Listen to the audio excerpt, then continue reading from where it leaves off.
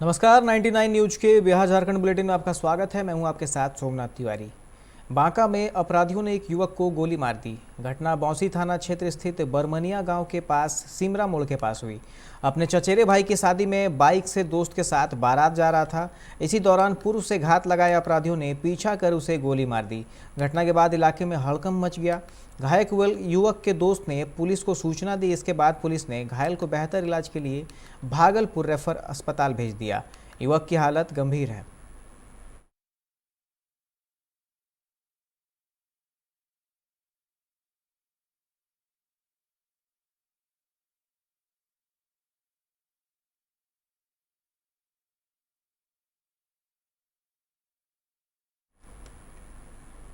बंगाल की खाड़ी में सक्रिय यास तूफान सुबह ओडिशा के बालसोल तटीय क्षेत्र में टकराया।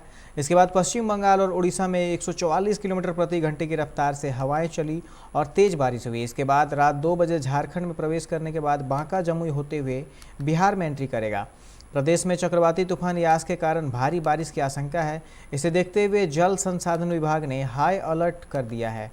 नदियों की निगरानी भी बढ़ा दी गई है। लॉकडाउन में कोरोना को मात मिली है। तेजी से आंकड़ों में कमी आई है। 1 मई से 26 मई के बीच कुल 2,14,223 लोगों में कोरोना का संक्रमण पाया गया है, जबकि इस दौरान 2,89,230 संक्रमितों ने कोरोना को मात दी है। 24 घंटों में कोरोना के नए मामले 2,603 आए हैं, जबकि कोरोना को मात देने वालों का आंकड़ा 6,641 रहा। ब्लैक फंगस ने एक संक्रमित की जान ले ली है। इलाज के दौरान IGIMS में उसकी मौत हुई है। 24 घंटे में 11 नए मामले आए हैं, जिससे पटना के 2 बड़े संस्थानों में भर्ती मरीजों की संख्या अब 194 हो गई है। इसमें कुछ की सर्जरी की जा रही है और कुछ का इंजेक्शन से इलाज किया जा रहा है। मरीजों की संख्या बढ़ते ही अब काला जर के इंजेक्शन की भी भारी किल्लत हो गई है। अस्पतालों को जो कोटा अलॉट किया गया था वह भी खत्म हो रहा है। झारखंड के 8 लाख बच्चों को बिना परीक्षा के ही पास कर दिया गया है। राज्य के कक्षा 9वीं और 11वीं कक्षा के विद्यार्थी सीधे अगली कक्षा में प्रमोट कर दिए गए हैं। सेकेंडरी डायरेक्टर हर्ष मंगला ने आज इस संबंध में आदेश जारी कर दिया है। 9वीं और 11वीं के लगभग 8 लाख बच्चे नामांकित हैं। साइक्लोन यास को लेकर मौसम विभाग द्वारा एक पखवाड़ा से ज़्यादा समय से चेतावनी दी जा रही थी। चेतावनी में झारखंड और बोकारो का भी नाम स्पष्ट रूप से था। धनबाद और बोकारो जिला प्रशासन हाई अलर्ट पर है, लेकिन यह चेतावनी भारतीय खाद्य निगम धनबाद शाखा को नहीं सुनाई दी। नतीजतन करीब 50,000 बोरा गेहूं चक्रवात यास की बारिश में भीग गया। जब गेहूं भीगने लगा तो FCI की नींद खुली। जैसे जैसे तिरपाल से गेहूं को कवर किया गया। अब भी बोकारो रेलवे स्टेशन के गुड्स यार्ड में खुले आसमान के नीचे गेहूं को भीगते हुए देखा जा सकता है। पंजाब से 2,500 टन गेहूं लेकर रैक बोकारो रेलवे स्टेशन से गुड्स यार्ड में पहुंचा था। गेहूं को यार्ड के प्लेटफॉर्म पर उतारकर खुले आसमान के नीचे छोड़ दिया गया। इसके बाद तूफान में आई बारिश से गेहूं भीगने लगा तो FCI और रेलवे अधिकारियों की नींद खुली। आनन फानन में तिरपाल से कवर किया गया। मंगलवार को पंजाब से FCI का एक रैक यानी 42 वैगन गेहूं बोकारो पहुंचा। यहां से चास व बालीडीह स्थित FCI गोदाम जाना है।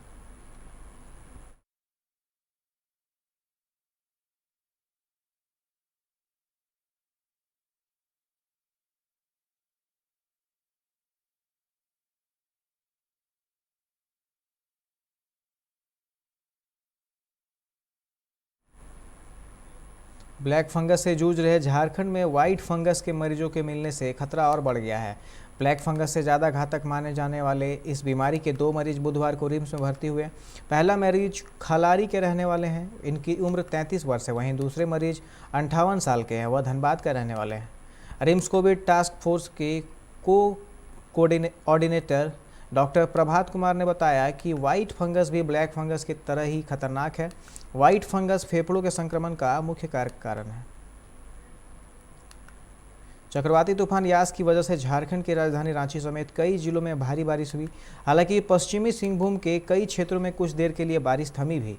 24 घंटे हुई बारिश का असर ऐसा रहा कि चाईबासा के सोनवा गुदड़ी मेन रोड में निर्माणाधीन पुलिया के पास डायवर्सन बह गया। रांची के चक्रवाती तूफान यास के कारण लगातार हो रही बारिश अब जानलेवा होने लगी है। पिछले 30 घंटे से लगातार हो रही बारिश के कारण जगन्नाथपुर थाना क्षेत्र के धुरवा सेक्टर 5 में मकान की दीवार गिरने से पिता पुत्र की मौत हो गई। मृतक की पहचान 26 वर्षीय शंकर पांडे और उनके 1 वर्ष के पुत्र ऋषभ पांडे के रूप में हुई है। धनबाद के धैया के पास एक तेज रफ्तार क्रेटा कार अनियंत्रित होकर डिवाइडर से टकराकर पलट गई। घटना में कार का अगला हिस्सा बुरी तरह क्षतिग्रस्त हो गया। गाड़ी धनबाद सिटी सेंटर से बरवड्डा की ओर जा रही थी। गनीमत रही कि घटना में कार चालक और उस पर सवार एक अन्य व्यक्ति बाल बाल बच गए।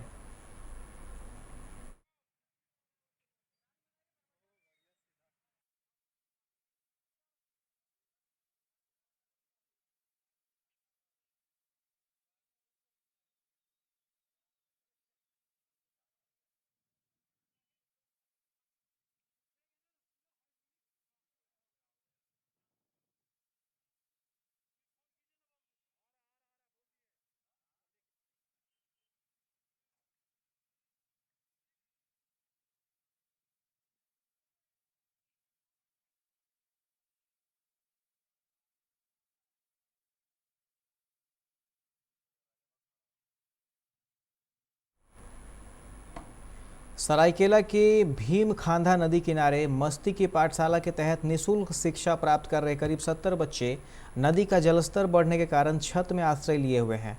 बच्चों ने सरकार से मदद की गुहार लगाई है। बच्चों का कहना है कि रात से ही जल स्तर बढ़ गया है, लेकिन कोई भी सरकारी पदाधिकारी अभी तक नहीं पहुंचे हैं।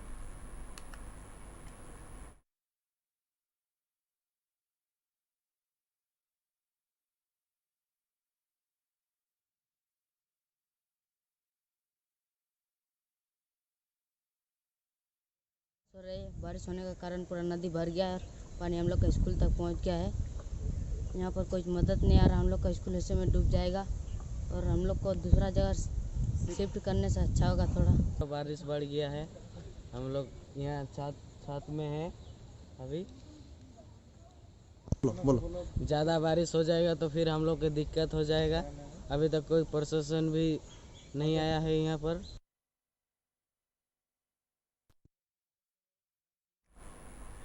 लातेहार सदर प्रखंड के तूपू हेसला गांव के पास धरधरी नदी पार कर रही बाराती गाड़ी बोलेरो नदी में अचानक आई बाढ़ की चपेट में आ गई। वाहन पर सवार लोगों ने कूदकर अपनी जान बचाई। जानकारी के अनुसार यह बोलेरो बारात लेकर तूपू जा रही थी और पुल नहीं होने के कारण नदी से होकर पार हो रही थी।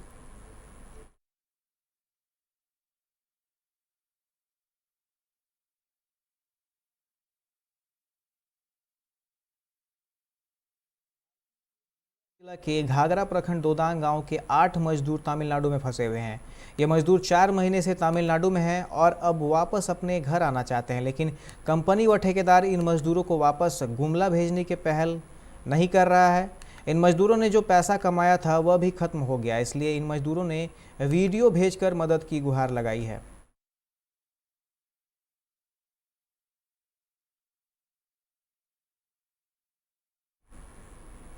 चक्रवाती तूफान यास को लेकर दूसरे दिन भी धनबाद जिला प्रशासन और बीसीसीएल अलर्ट मोड पर है। बीसीसीएल सीएमडी पीएन प्रसाद ने अपने सभी कोल माइंस में काम कर मजदूर को अलर्ट रहने को कहा, जबकि उपायुक्त ने तूफान को लेकर अधिकारियों को अलर्ट रहने की हिदायत दी है। धनबाद में यास तूफान का असर देखने को मिल रहा है। तेज हवाओं के साथ हल्की बारिश दिन भर हो रही है, जिससे लोग अपने अपने घरों में हैं।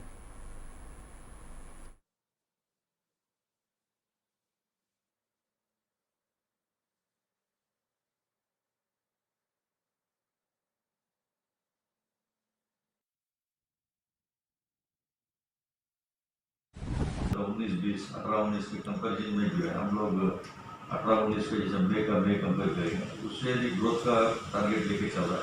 इस साल हमको 35 मिलियन टन का है, लास्ट ईयर 24 ही कर रहा है और डिस्पैच भी 23-24 डिमांड है। बट अगर प्रेजेंट डिमांड के हिसाब से हमको 33-34 मिलियन डिस्पैच होने का पूरा आशा है और 35 मिलियन का कोई प्रोडक्शन के लिए भी लक्ष्य लेके चल। तो सुरक्षा तो देखते थे मैं इसमें, अभी हेल्थ के रिलेटेड भी हमारा कर्मी हो, कॉन्ट्रैक्टर कर्मी हो और पूरा एज ए सोसाइटी में लोग जो जा रहा है लॉकडाउन में भी इनकी जो फूड एंड कॉन्ट्रैक्ट जो है इसका भी दृष्टि रहना है। और उसके बाद सुरक्षा जो माइंस में भी जो आने वाला नेक्स्ट 3 मंथ्स 4 मंथ जो जुलाई अगस्त जून 15 से जो है हम लोगों का मानसून का रिलेटेड भी है, इसके थोड़ा जो है प्रकाशन से लेते आगे। थाना प्रभारियों को निर्देशित किया गया है कि वो लोग अलर्ट रहेंगे। जितने लाइन डिपार्टमेंट हमारे इंजीनियरिंग विंग है उनको अलर्ट रहने के लिए कहा गया है। ऐसे तूफान की स्थिति में अमूमन देखा जाए तो 3 तरह की घटनाएं होती हैं, जैसे बिजली बाधित हो जाना, बिजली के तार गिर जाने, उससे दुर्घटना की संभावना रहती है, या फिर पाइप वाटर सप्लाई स्कीम्स बाधित हो जाती है, और या फिर जो हमारी बड़े बड़े पेड़ होते हैं वो गिर जाते हैं, जिससे जानमाल की क्षति होने की संभावना होती है। तो ऐसी स्थिति में जो इनके कंसर्न डिपार्टमेंट है, जैसे नगर आयुक्त हो गए, विद्युत विभाग के कार्यपालक अभियंता हो गए और पीएचडी के हो गए, उनको अलर्ट पे रखा गया है। उनको बोला गया है कि 24 घंटे अपनी कंट्रोल रूम से नजर रखेंगे। कहीं पे भी ऐसी घटना की सूचना मिलती है तो तुरंत उनकी जो क्विक रिस्पांस टीम होती है, जो QRT होती है, वो मूव करेगी और तुरंत इसको ठीक करेगी। तो जिला प्रशासन इसमें सबों को हम लोगों ने। धनबाद में यास तूफान का असर पहले दिन काफ़ी कम दिखा। हालांकि तेज़ हवाओं के कारण कई पेड़ की डालियां टूट गई। इसके अलावा लगातार बारिश की वजह से कई कच्चे मकान को नुकसान पहुंचा है। कई जगह पर जलजमाव की स्थिति उत्पन्न हो गई। जिला प्रशासन ने यास तूफान से बचाव के लिए समय रहते काफ़ी तैयारी की थी, जिससे जिले में कम से कम क्षति जिले को पहुंची है। तूफान से कम नुकसान होने की वजह से कोयलांचल वासी काफ़ी राहत महसूस कर रहे हैं। तूफान के मद्देनज़र बिजली विभाग, नगर निगम और PHED ने अपने कार्यों को बखूबी अंजाम दिया है। तूफान की वजह से सड़कों पर वाहनों का परिचालन भी कम रहा। NH2 पर भी वाहनों का आना जाना सामान्य रहा।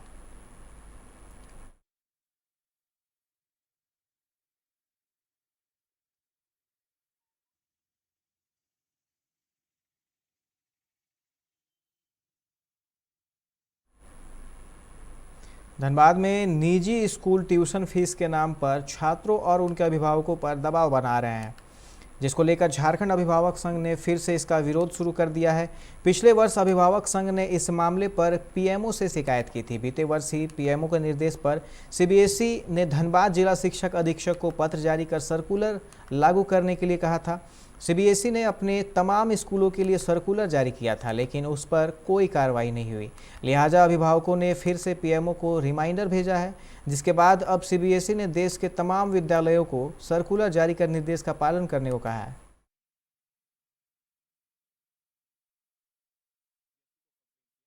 CBSE ने कोई कार्रवाई नहीं किया तो हम लोगों ने PMO को कंप्लेन किया कि PMO के आदेश पर CBSE ने सभी स्कूलों को पत्र जारी करके इन सारे प्रावधानों के आलोक में दस्तावेज को सार्वजनिक करने का आदेश दिया, लेकिन उसका कंप्लायंस नहीं हुआ। DSE को भी पत्र भेजा गया था, फिर भी कंप्लायंस नहीं हुआ। फिर हम लोगों ने PMO को रिमाइंडर किया, PMO ने पुनः रिमाइंडर किया CBSE को। CBSE ने फिर से आदेश दिया, लेकिन DSE के स्तर से केवल स्कूलों को मान्यता देने की प्रक्रिया अपनाई गई और उसके अलावा कोई कार्रवाई नहीं की गई। पुनः हम लोगों ने जब PMO को दिया तो फाइनली CBSE ने सभी स्कूलों को सर्कुलर ही जारी कर दिया है। अब ये केवल धनबाद, हजारीबाग, बोकारो, गिरिडीह, रांची तक सीमित नहीं रहा, ये पूरे देश के लिए हो गया। तो ये पूरे झारखंड के लोगों की जीत है, मीडिया बंधुओं की जीत है, जिन्होंने मिलकर इसको सहयोग किया और मुद्दे को सार्वजनिक किया। अब हमें पूरा आशा है कि लोगों के साथ न्याय होगा, फी स्ट्रक्चर सार्वजनिक होगा, बुक लिस्ट सार्वजनिक होगा और सारे दस्तावेज सार्वजनिक होंगे।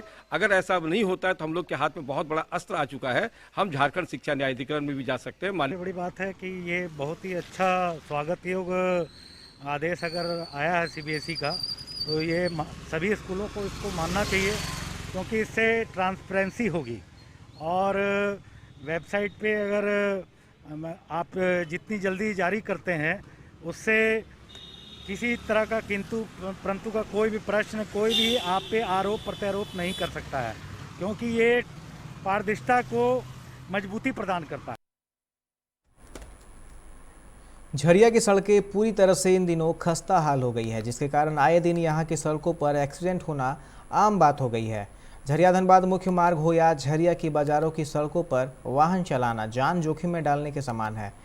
इस महीने रुक रुक कर बारिश हो रही है, जिसके कारण गड्ढों में पानी भर गया है और ऐसे गड्ढे आज शहरवासियों के लिए परेशानी का सबब बन गया है।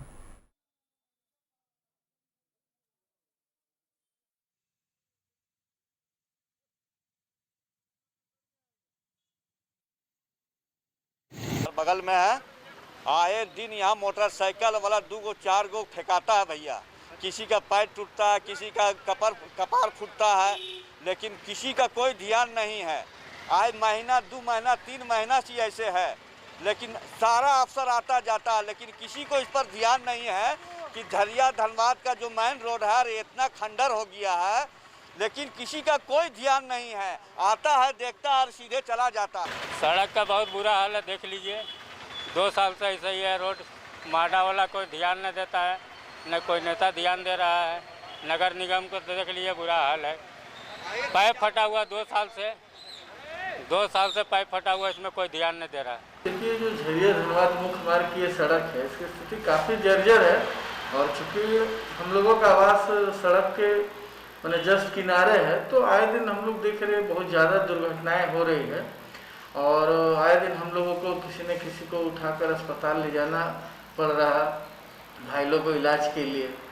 तो हम लोग मांग करते हैं सरकार से कि अविलंब इस सड़क का जो है मरम्मती का कार्य मैंने जल्द से जल्द निर्माण कार्य चालू करवाया जाए। चक्रवाती तूफान यास का असर बागमारा क्षेत्र में भी दिख रहा है। लगातार हो रही बारिश के कारण धनबाद बोकारो मुख्य मार्ग पर महुदा के मुचराईडीह रेलवे फाटक के समीप एक विशाल पेड़ सड़क पर गिर गया, जिससे वाहनों का आवागमन घंटों तक बाधित रहा। बाद में जेसीबी मशीन से सड़क पर गिरे पेड़ को हटाया गया। उसके बाद सड़क पर आवागमन फिर से चालू हुआ।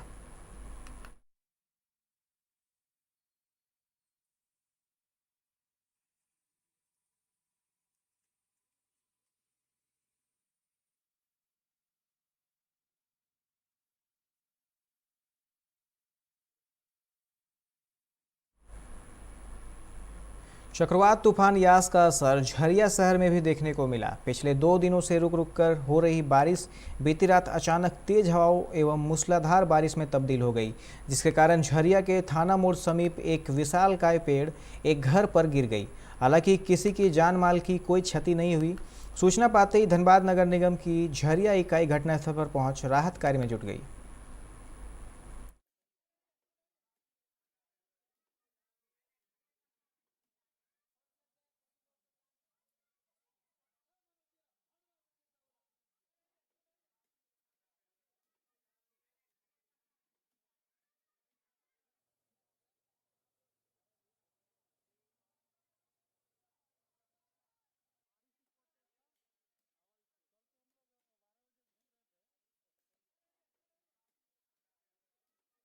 राहत के काम हमारा तो किवाटी टीम जो है बना हुआ है।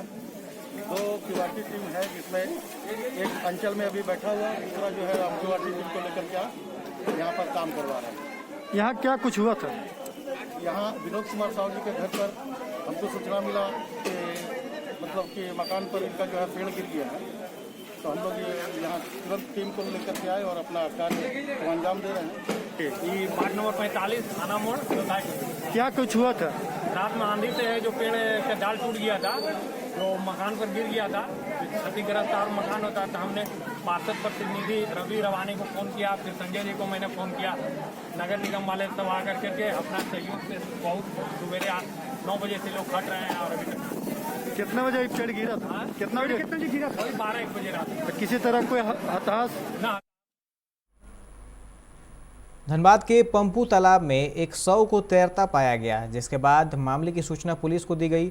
पुलिस मौके पर पहुंचकर शव निकालने के प्रयास में जुट गई। वहीं न्यू वर्तमान पार्षद अंकेश राज ने मौके पर पहुंचकर बताया कि पंपू तालाब में लगातार शव पाया जाना इलाके के लिए भयभीत करने वाली खबर है। इसकी पूरी जाँच होनी चाहिए। तालाब में समय समय पर शव पाया जाना चिंताजनक है। आसपास के लोगों को सतर्क रहने की आवश्यकता है। आपको बता दें कि पिछले माह भी एक व्यक्ति का शव पंपू तालाब में तैरता मिला था।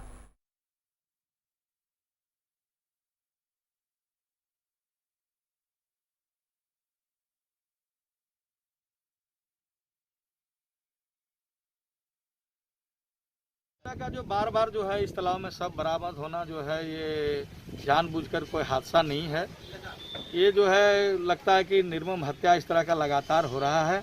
ऐसे रोकथाम के लिए जो है प्रशासन के साथ साथ आम जनता को भी जागरूक होना पड़ेगा जो अगल बगल है, तभी जो इस तरह की घटनाएं रुक सकती है।